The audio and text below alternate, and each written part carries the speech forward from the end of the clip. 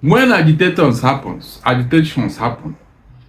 instead of you to be looking at the people that are, go and look at the root cause. That is how to solve a problem. If you check very well, we have been having this agitation mostly from the south here. You remember the Adakaboro of the 60s, Abi? You remember the Biafrans? Even the June 12th agitation. It has always been about the south here. So the question is, why are the southern people of Nigeria agitating to leave Nigeria? Nobody have addressed that issue. We left the leprosy that is worrying us and we are treating rashes. Do you think this will be the last? No, it will not be the last. As long as what is going on in Nigeria continue to go on, people will agitate too. Even I don't know what my children will do in their own time. They will even agitate more than us. Except the imbalances are addressed. So anybody that is blaming anybody, go and ask them, what is your problem? They will tell you. In the first place, who drew the first blood? That is what Nigerians should be asking. Who started all these things? How can you be in a country where there is so much inequality? Some section of this country believe that they have the right to do whatever they like. While all of us should keep quiet, we should swallow it hook, line, and sinker. Whatever they say must happen. It is only a slave who does not have a say in the master's house. That is it. But some section of this country have put it upon themselves that yes, they should impose their will on everybody. And if you continue to behave in such a manner, there will be no peace. People will be telling you, look, since we are no longer, we can no longer express ourselves, since we are no longer safe here, we want to leave. That is the root cause of these things, nothing else. Now, the people that are concerned, the people that are causing this, have they even sat down to address the issue? No. Rather, they have continued in their infamy. They have continued in their infamy, thinking that the rest of us here, we are fools. We will not say anything, we will not talk. The problem we are suffering today, it is coming from our brothers in the north. They know it. This insecurity. You remember when Sunday Igboho was in Ebaragba, when one Wakilu was holding court there, he was kidnapping even his neighbors. They were coming to, pay ransom in his house to release some Yorubas who were kidnapping. And this man is not even from that place. Can such a thing happen in the north? Please, Nigerians, you should answer me. These are the major issues. Why would you be acting with so much impunity and arrogance? I've been saying it and I mean what I'm saying. If this attitude will continue, there will be no peace in Nigeria. It is not enough. You want me to condemn them now? If you condemn them, have you solved the problem? Remember that even before now, there was one that happened just recently before this one, where some of them even they took over at a police station at Alausa. Yes, they took over a police station at Alausa. I don't know whether it's early January or late last year. What happened to those people up to now? Nobody knew. Nobody knew. As if that is not enough. The people concerned in the north have not even deemed it to say, okay, let us at least mind our words, mind our behavior. No. Look, whatever happened cannot be ruled out from the way Tinubu is being treated by the Northerners. You cannot rule it out.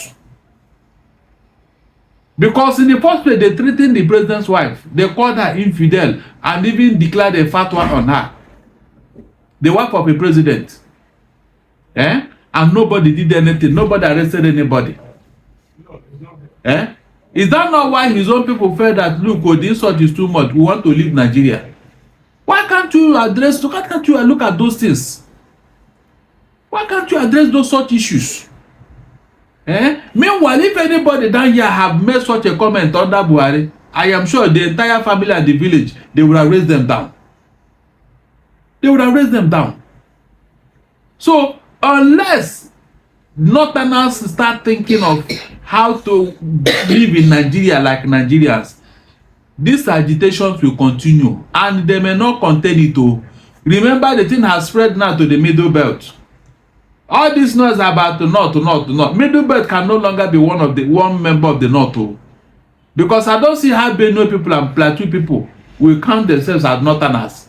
When you have brought terrorists to come and occupy their village and their homestead, their family home, their ancestral home, how can you now call yourself a Northerner? When you know those who brought terrorists to come and occupy your family house in your village, then tomorrow they will count you as part of the North. You will be a fool if you accept it now. I don't know why Gowon is not talking, Danjuma is not talking. These are the people they use against Biafra. So the agitation, everybody knows, just that you don't want to say it, and it's very, very bad. Look, except you call Northern leaders or Northern elders that they call themselves, we call them to order. They will continue to make reckless statements that is causing agitation all over the place. They are telling Tinubu that insecurity. Who brought insecurity? Was it Tinubu? Was it Tinubu? We were all here. We saw what happened. We saw how they brought the terrorists into this country. Imagine if somebody from the south here have done it. I don't know what the North would have been saying.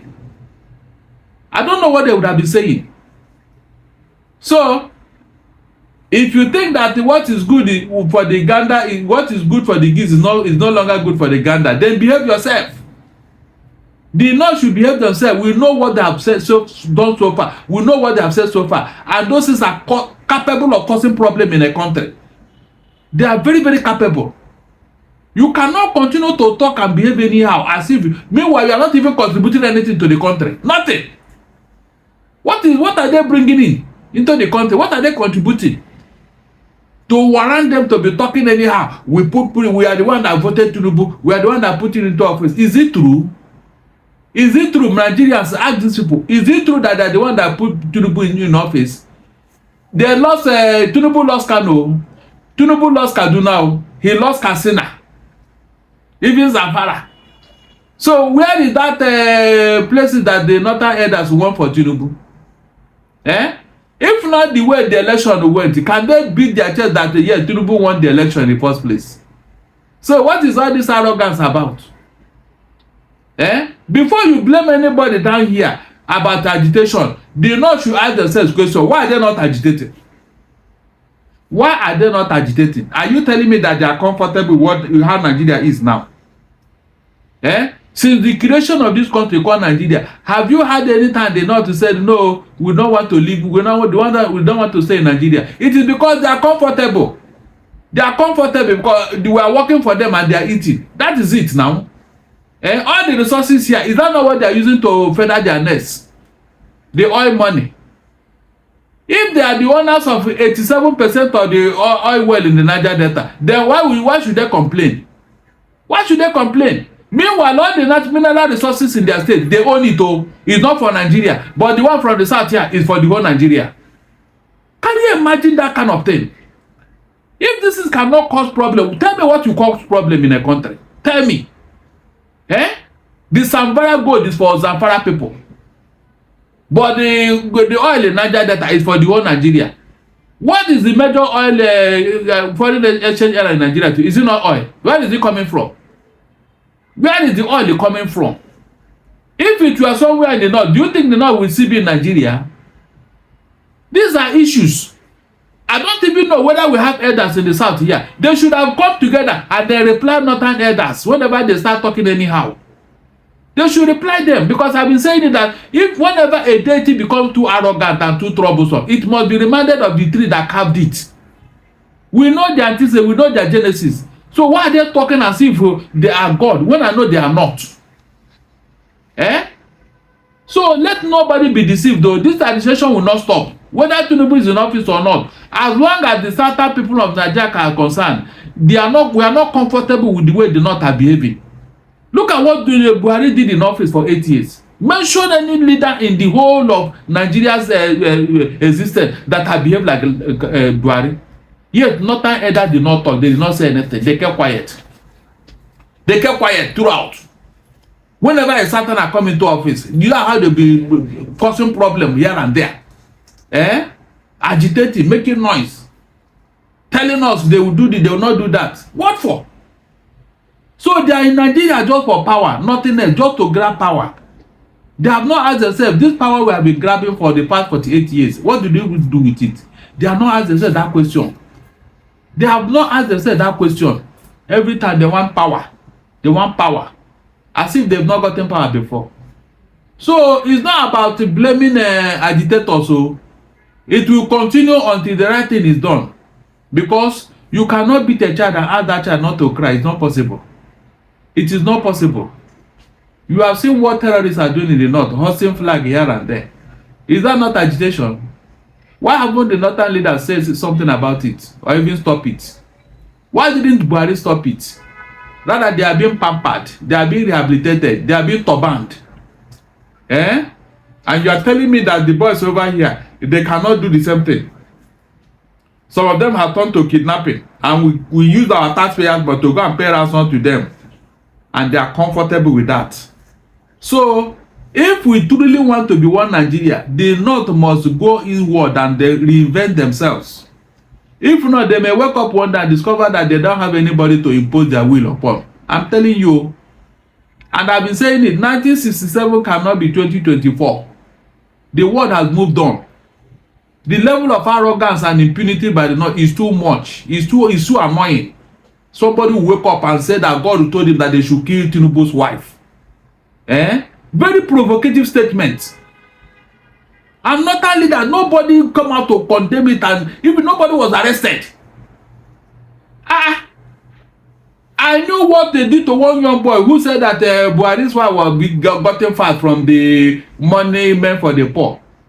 They even arrested that boy and took him to a sort of where I learned Aisha was even boxing the boy and got wounded. In this case, nobody did not even say a word. Please, is that how to be a Nigerian? No, northern elders. Is that how to foster unity? Northern elders, answer me. Is that how to be one Nigeria? Answer me. Since you people claim that you know, it's because we have been keeping quiet over the years. That is why you now feel that you can continue to do it as you have been doing it. What? Duty lao. Our people eye don't open. Northern elders, you people should go and think, go inside the house and think again. Because the problem you are causing in this country is it cannot be quantified. The worst is that somebody who calls himself a Nigerian can go outside here, invite terrorists to come inside this place because you want power. And you are seeing it. People, foreigners. Buhari said that these people are not from Nigeria. So what did you do when you know they are not from Nigeria? They are not Nigerians. What did you do to them? You kept quiet. Because you have ethnic and religious affiliations with them. Is that not the only reason? You told them to come here that the jihad have started. And you still claim that you are Nigerian, that you love Nigeria. Tinubu wanted to go to Niger and remove the coupists. You said no. You people came together and opposed him. And you claim to be a Nigerian. Your soul, your spirit is in Nigeria. Tell me that thing that will make me believe that northern elders and their fellow travelers, they love Nigeria. Mention one thing. Just one thing that will make me believe that yes, these people, they believe in Nigeria. Except to grab power. Nothing else. Nothing else. What will make Nigeria move forward? They are not interested. That's why they are not agitating to leave Nigeria. It's too bad. So I cannot blame those people from Ibadan. I cannot. Because it started somewhere in the north now. If they have addressed it, nobody would have had time to start behaving in this manner over here now. If they have addressed what was going on in the north, if they have stopped pampering them, nobody will have the temerity to try it over here. That is a fact. It is said what is good for the geese is good for the gander. I'm not the one that said it. So if you want to address this, you should go to the root cause. Personally, I'm not happy. I am not happy the way the North have been going about this thing. This country that is like this today, they caused it. I am saying it authoritatively and I have my facts. Let somebody come and challenge me and ask me how. They cannot even try it. When you came out here, you went to where you carry our money, you are pampering terror, doing everything. What were you doing? What are you doing? Don't you know that example is better than precept? People are looking at what you are doing. They are copying your example, and you are not complaining. You are not complaining. Who brought the insecurity? Who brought it? You should not complain, no. You should not at all. You should not. They said in my play that he who went to the forest to go and bring ant-infested firewood, the lizard will come for a party in his compound. It's as simple as that.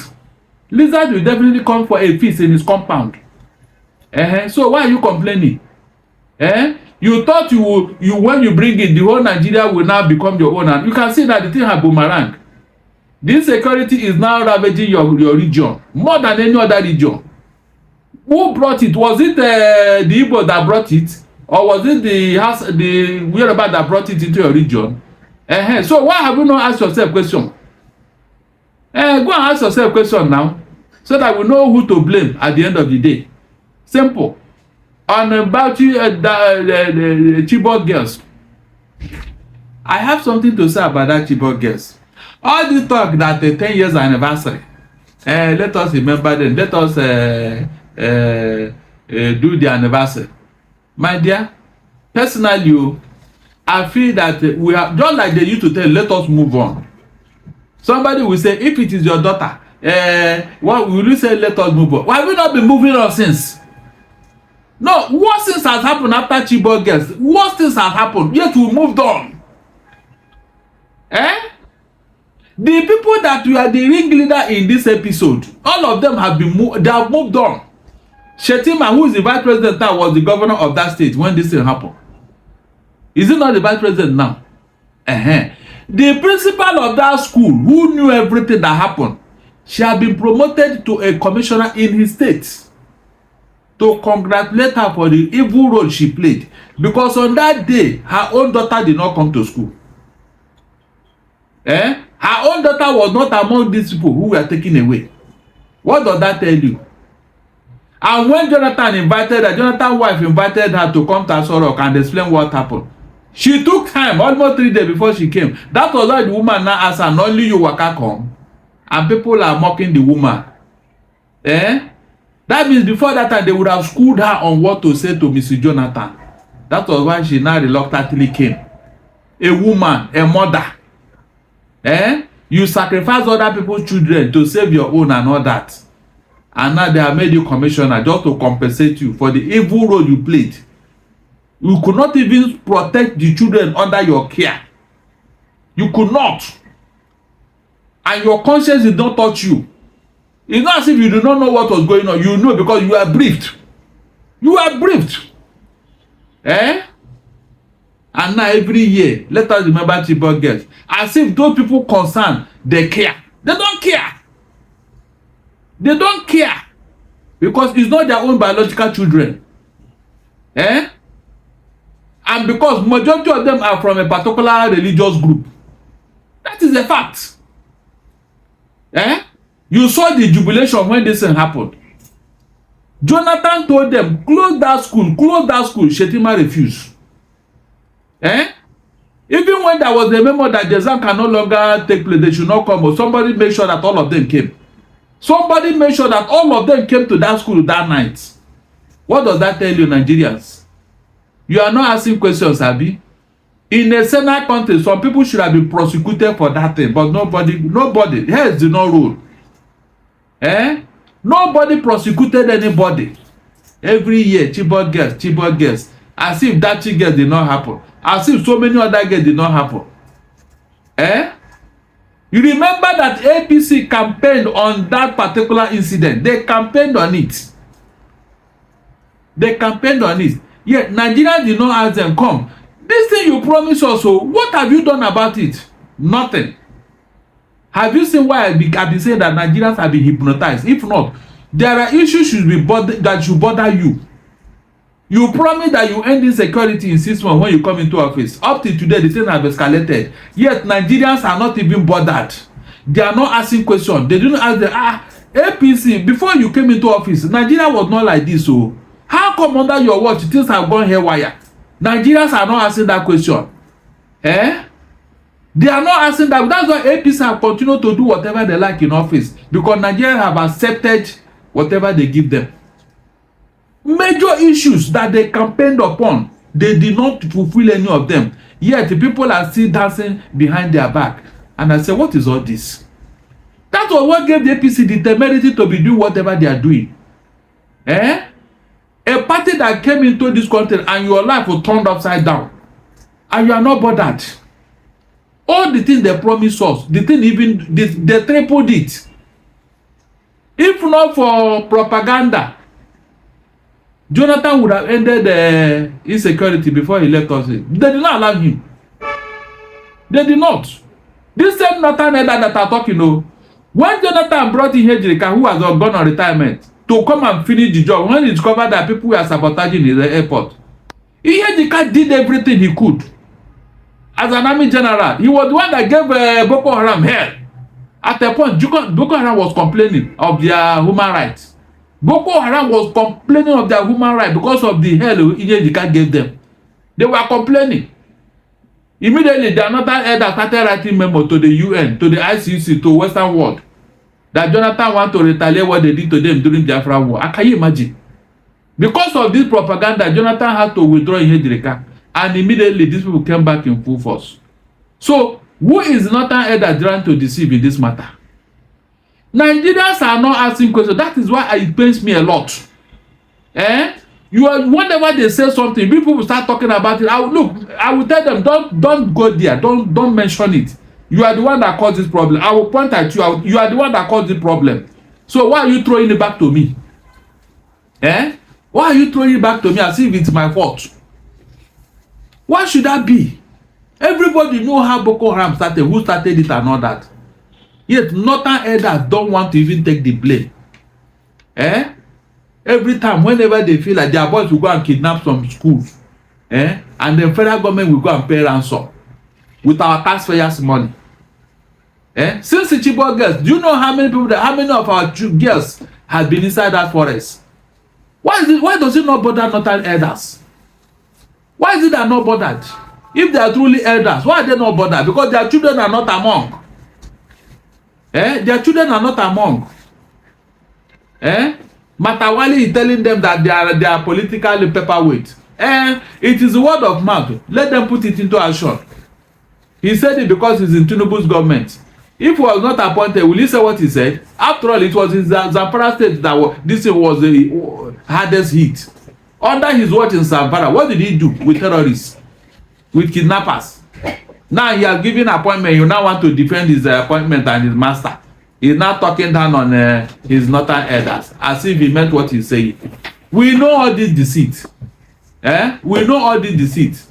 My prayer is that wherever these girls are, they should remain alive. One day they will tell their story. Because telling me now that somebody should go and rescue them and all that, I'm sure by now these girls would have become mothers, even grandmother. I'm telling you. Thank you. What are you expecting them to come and do now? To come and do what? The country failed them. That's why they are not, even if you want them to come, they may not come back because you have failed them. Their destiny is gone. These are young children who were in school. You cut off their destiny after 10 years. What are they coming back to do? You failed them.